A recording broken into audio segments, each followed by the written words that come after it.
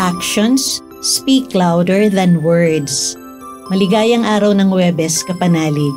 Kapistahan po ngayon ni San Miguel de los Santos. Ito po si Sister Rose Agtarap ng Daughters of St. Paul para sa mabuting balita. Tayo nang magnilay ng Ebanghelyo ayon kay San Juan.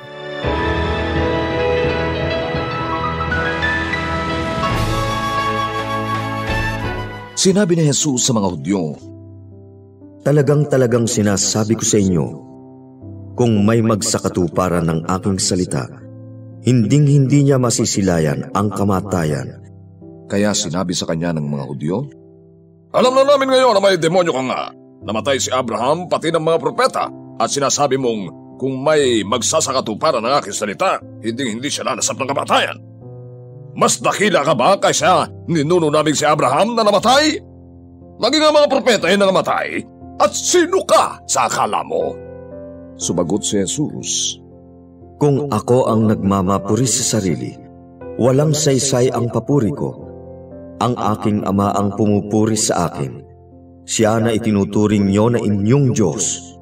Hindi niyo siya kilala, ngunit kilala ko siya. Kung sabihin ko man na hindi ko siya kilala, magsisinungaling akong tulad niyo, ngunit kilala ko siya. At isinasakatuparan ko ang kaniyang salita. Si Abraham na inyong ninuno ay nagalak na makikita niya ang araw ng pagdating ko. Nakita nga niya at natuwa. Kaya winika ng mga Hudyo sa kanya, Wala ka pang 50 taon at nakita mo na si Abraham? Sinabi sa kanila ni Jesus, Talagang sinasabi ko sa inyo, bago pa man ipinanganak si Abraham, ako na nga. Kaya dumampot sila ng mga bato upang ipukol sa kanya. Nagtago naman si Jesus at umalis sa templo.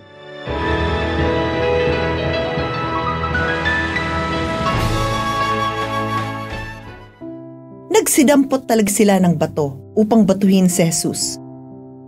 Matatandaang may isang babaeng pinaratangang makasalanan ang dinala din kay Jesus upang husgahan. Ngunit sinabihan sila ni Jesus, ang sino mang walang kasalanan ang unang pumukol ng bato sa kanya.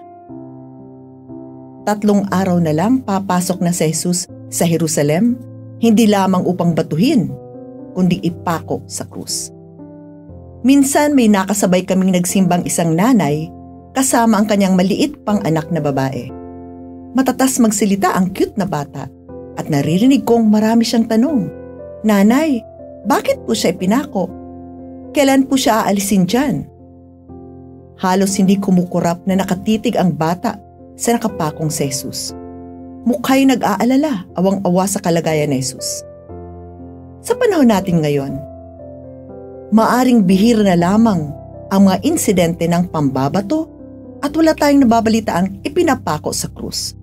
Opo, wala nang dumadampot ng bato sapagkat ibang klasing bato na ang ipinupukol natin sa ating kapwa. Hindi pulingid sa atin ang paggamit ng kasinungalingan, paninirang puri, pambabastos, nakakasakit at maanghang na salita sa social media. Wala pang social media noong panahon ni Jesus, ngunit fake news, kasinungalingan, abusadong panalita ang nagdala kay Jesus sa krus at sa kanyang kamatayan. Mga kapanalig, suriin po natin ang mga salitang namumutawi sa ating bibig, lalo na ang mga salitang binibitawan natin sa social media. Ano kaya ang dating ng mga salitang ito sa kinaukulan? Alalahanin po natin, actions speak louder than words, but words cut deeper than wounds. Hindi na mababawi anumang salitang binitiwan natin. Sa paghahanda natin sa darating na mahal na araw, ipanalangin nating tulungan tayo na Jesus na maging mahabagin tulad niya. Iwasan naman nating gamitin ang social media upang mambato ng paninira, kundi magpaabot ng tunay na malasakit, pagpapatawad at pag-asang natanggap natin mula kay Jesus. Mga kapanalig, maraming salamat po sa inyong suporta sa aming misyon. Subscribe, like, and follow po lines sa aming social media accounts. Patuloy po kaming humihingi ng inyong tulong upang maipagpatuloy ang programang ito.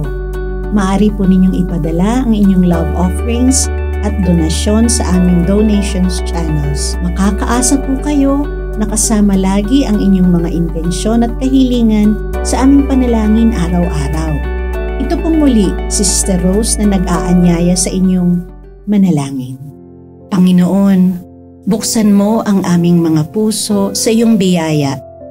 Sama-sama nawa kaming maglakbay sa daan ng pagbabalik loob at kalayaan ng may pag-asa, nang maipagdiwang naming ng buong kagalakan ang tagumpay ng Panginoong Hesukristo laban sa kasalanan at kamatayan. Amen. We are here to provide a new way of communicating and proclaiming the gospel.